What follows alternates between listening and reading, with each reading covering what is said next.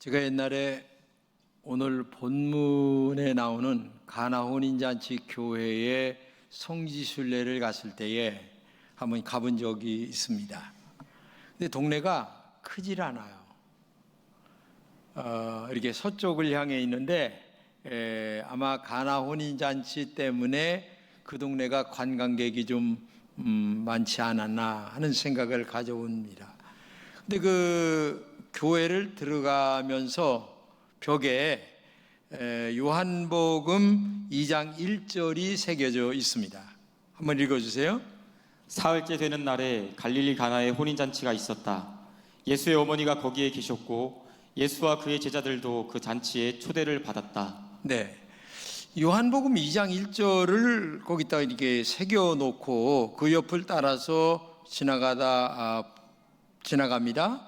그리고 지나가다 보면 가나 혼인잔치 교회가 나타나게 됩니다. 근데 오늘 본문의 이야기는 우리가 너무나 잘 아는 얘기예요.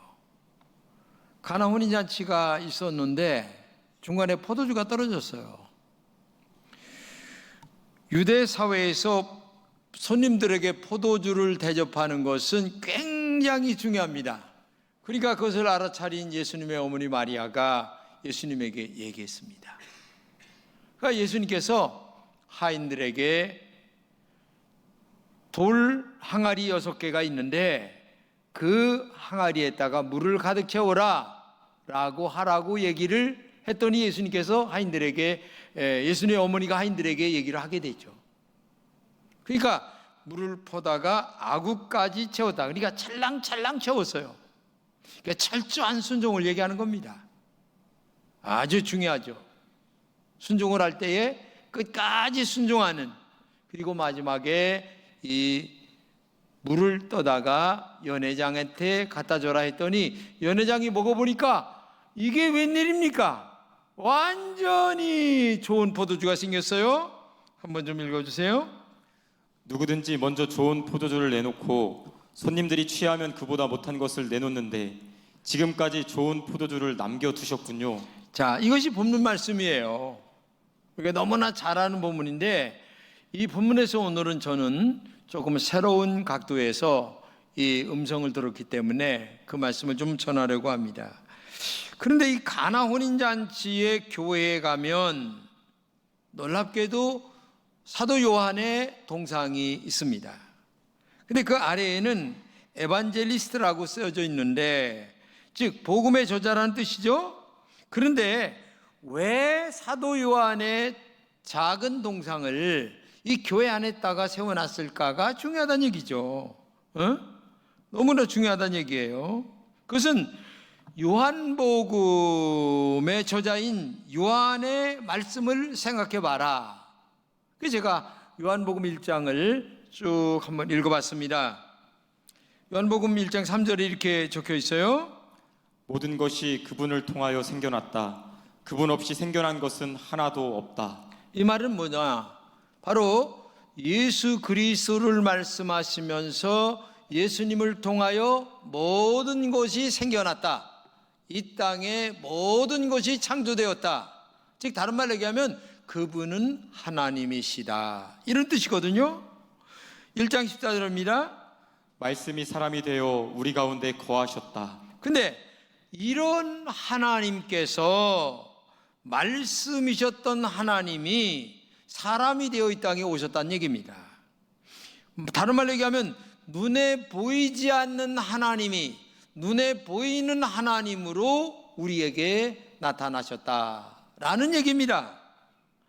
예수님이 눈에 보이는 하나님으로 이 땅에 오신 이유는 한 가지입니다. 하나님의 뜻을 이루기 위해서입니다. 근데 그 하나님의 뜻은 뭐냐?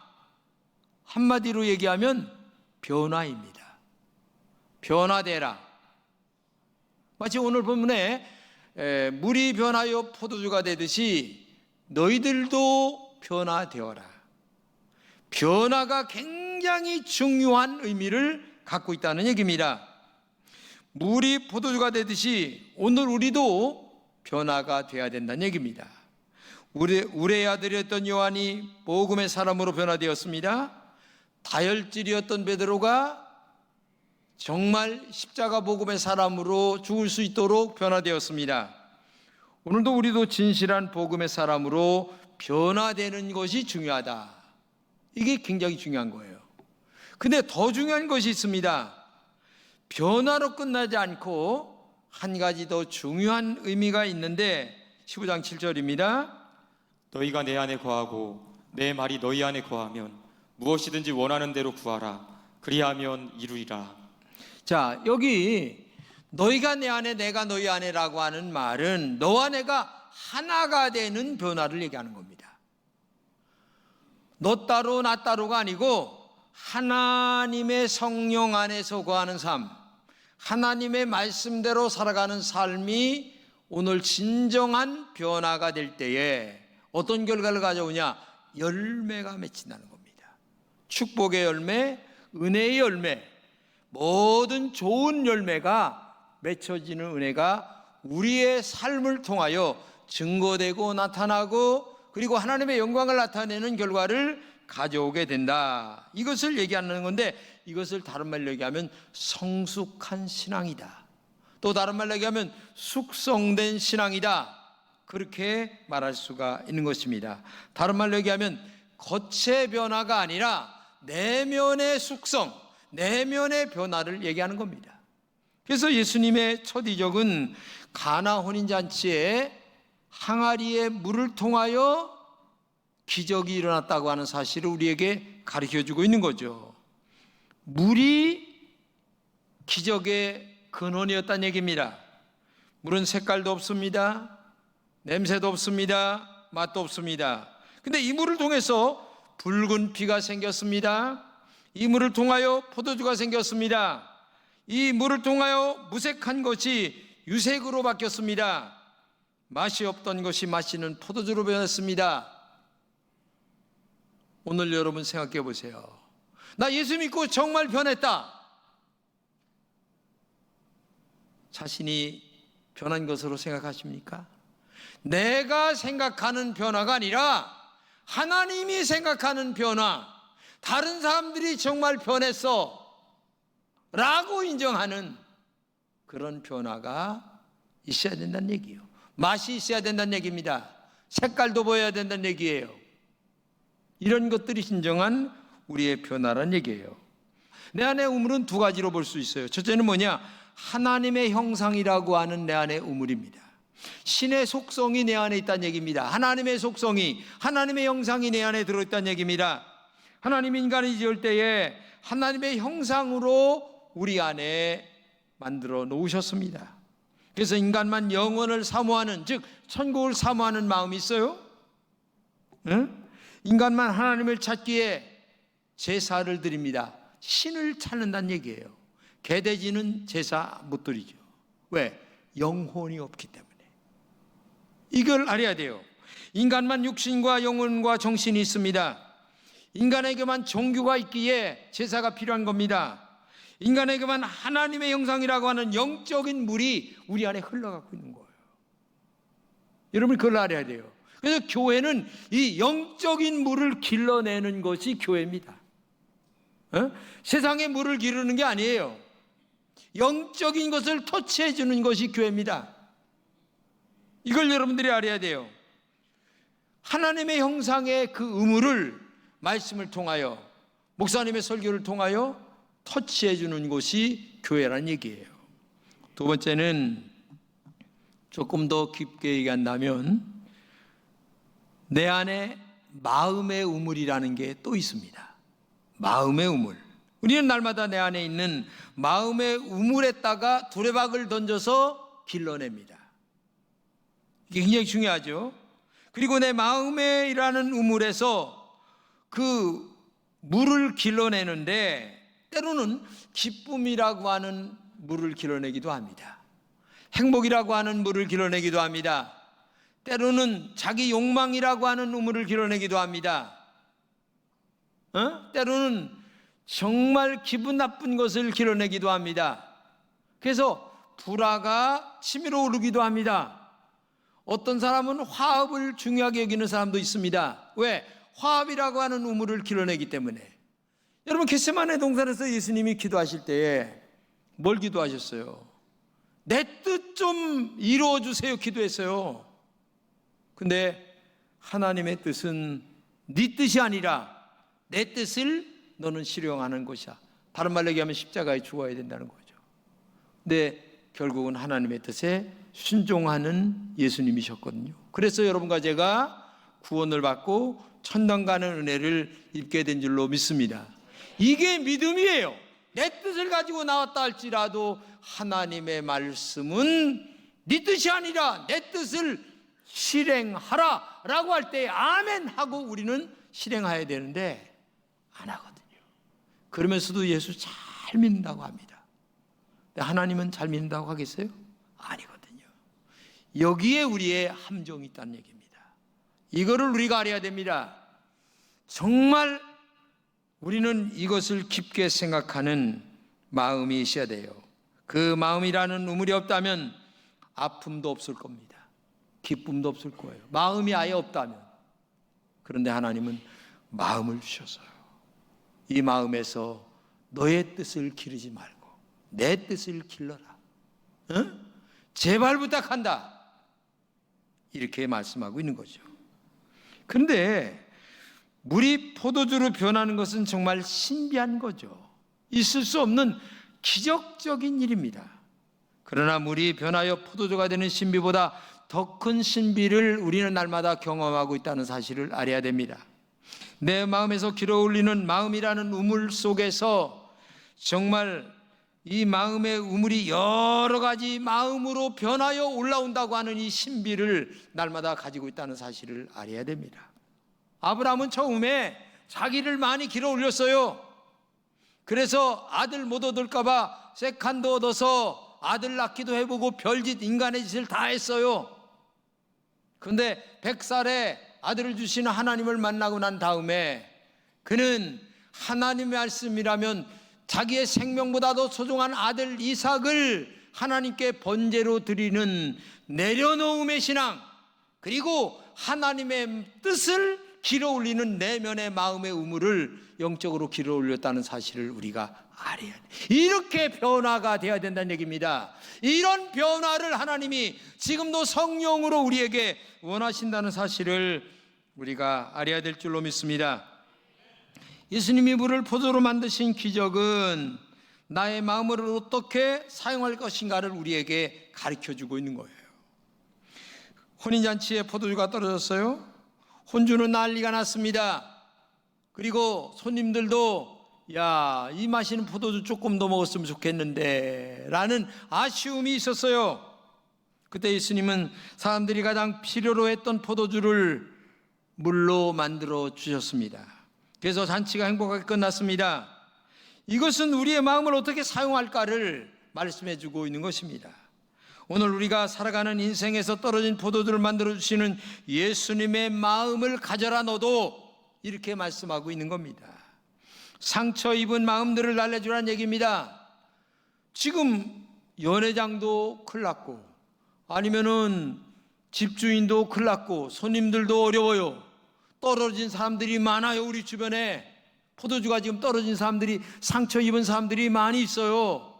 그 상처 입은 사람들에게, 포도주가 떨어진 사람들에게 물로 포도주를 만들듯 너도 그들을 위로해주고 그 다음에 용서해주고 사랑해주고 해야 되는데 나하고 틀리니까 너는 왼수야, 이렇게 살아가는 사람들이 교회 안에는 너무나 많이 있다는 겁니다.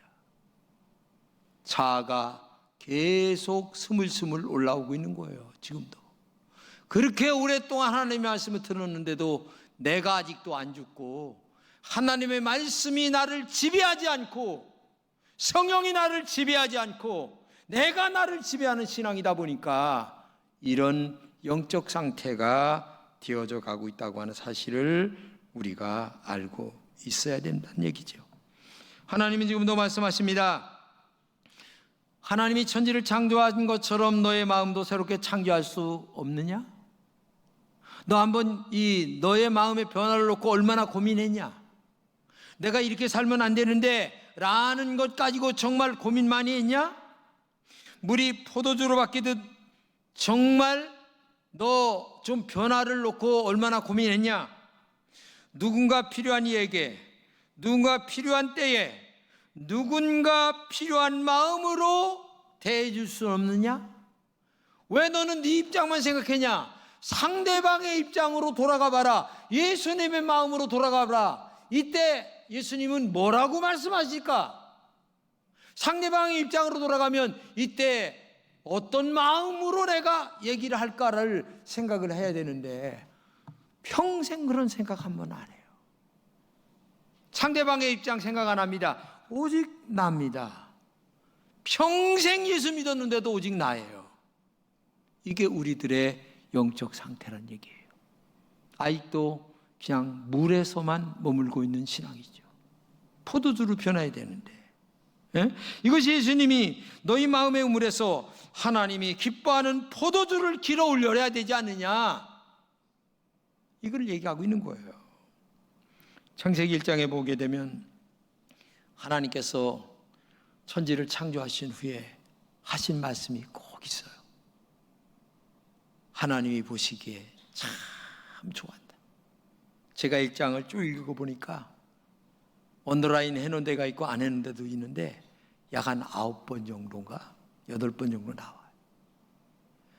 야, 너 예수 믿고 난 다음에, 목사 되고 난 다음에, 장로 되고 난 다음에, 집사 되고 난 다음에 내가 보니까 너무 좋다. 어쩌면 너는 내 뜻만 하려고 하느냐?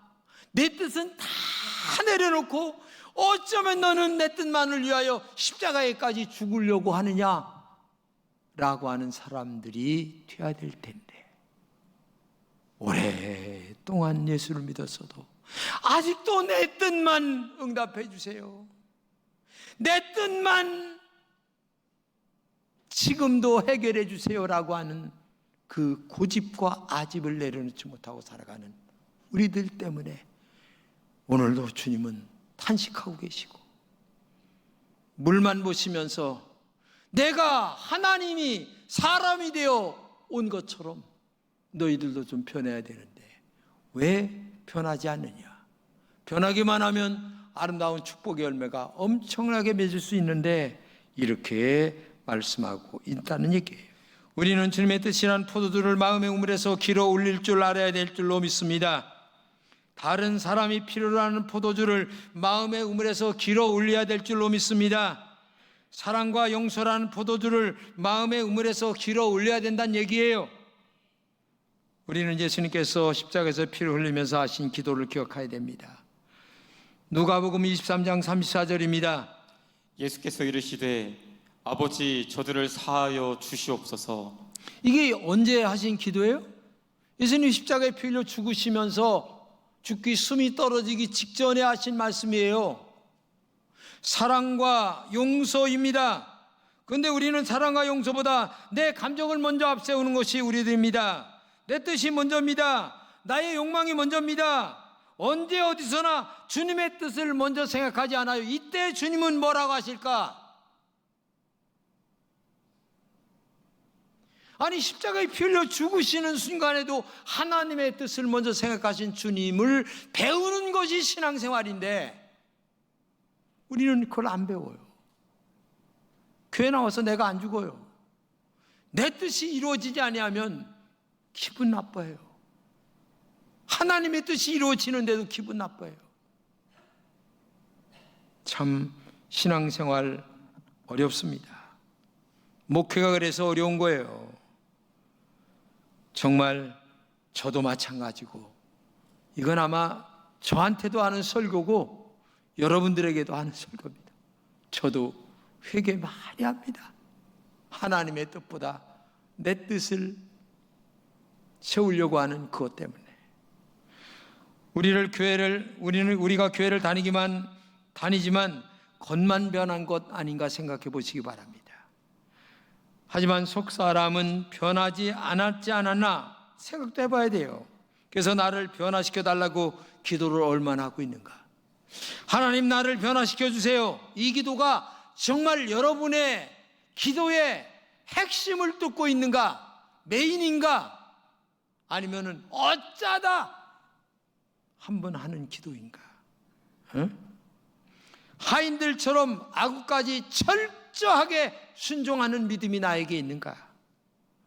그때 물이 변하여 포도가 되는 기적 같은 일이 내 안에 일어나는 놀라운 하나님을 경험하는 역사가 있게 될 줄로 믿습니다. 이거를 주님은 원하시는 거예요. 너 기적 원하지? 너 이적이 원하지? 너 물이 변하여 포도주가 되는 기적 같은 일들이 너의 삶 속에 있길 원하지? 그러면 자아를 내려놔. 그리고 하나님의 뜻을 먼저 따라. 그것이 너에게 지금 굉장히 손해보는 것처럼 보이지만 철저한 손해가 아니야. 그래서 너에게 엄청난 이익이야. 하나님을 경험하는 기회야. 이거를 우리에게 지금도 말씀해 주고 있는 거예요. 영국의 시인 조지 허버트라고 하는 분은 이런 말을 했어요. 진정한 자유는 용서로부터 시작한다. 남을 용서하지 않는 사람은 자기가 건너야 할 다리를 파괴하는 사람이다. 대단한 말이죠. 용서라는 변화는 하나님을 감동시키는 최고의 믿음이고, 사랑이라는 변화도 엄청난 축복의 은혜입니다. 그렇기 때문에 오늘도 여러분과 제가 주님을 닮아가는, 아직 부족도 많지만 닮으려고 하는 마음의 자세라도 있어야 된다는 얘기죠. 그걸 가지고 아파하는 마음이라도 있어야 된다는 얘기예요. 근데 우리는 아파하는 마음조차도 없어요. 이게 문제라는 얘기입니다. 주님은 70번씩 7번이라도 용서하라 말씀하십니다. 용서에는 한계가 없다는 말입니다. 용서는 권리가 아니라 의무란 얘기입니다. 용서는 책임이라는 것을 선언할 말씀이에요. 그것이 가장 깊게 그리고 가장 크게 변화하는 오늘의 영적인 포도주란 얘기입니다. 우리 마음의 우물에서 용서라는, 사랑이라고 하는 변화의 우물의 십자가 보혈의 은혜가 마음속에서 나타날 때에 하나님의 은총이 여러분들 마음속에 함께할 줄로 믿습니다. 제가 한 달 전까지만 해도 마음이 너무 아팠어요. 그래서 이 마음의 정리가 안 돼서 하나님 앞에 기도 많이 했어요. 근데 한 달 전인가 언제 마음속에 그 용서라고 하는, 사랑이라고 하는 하나님의 마음의 음성을 듣고 기도했어요. 그때 마음에, 가슴에 무거운 돌덩어리가 쫙 가라앉는 것을 느끼게 됐습니다.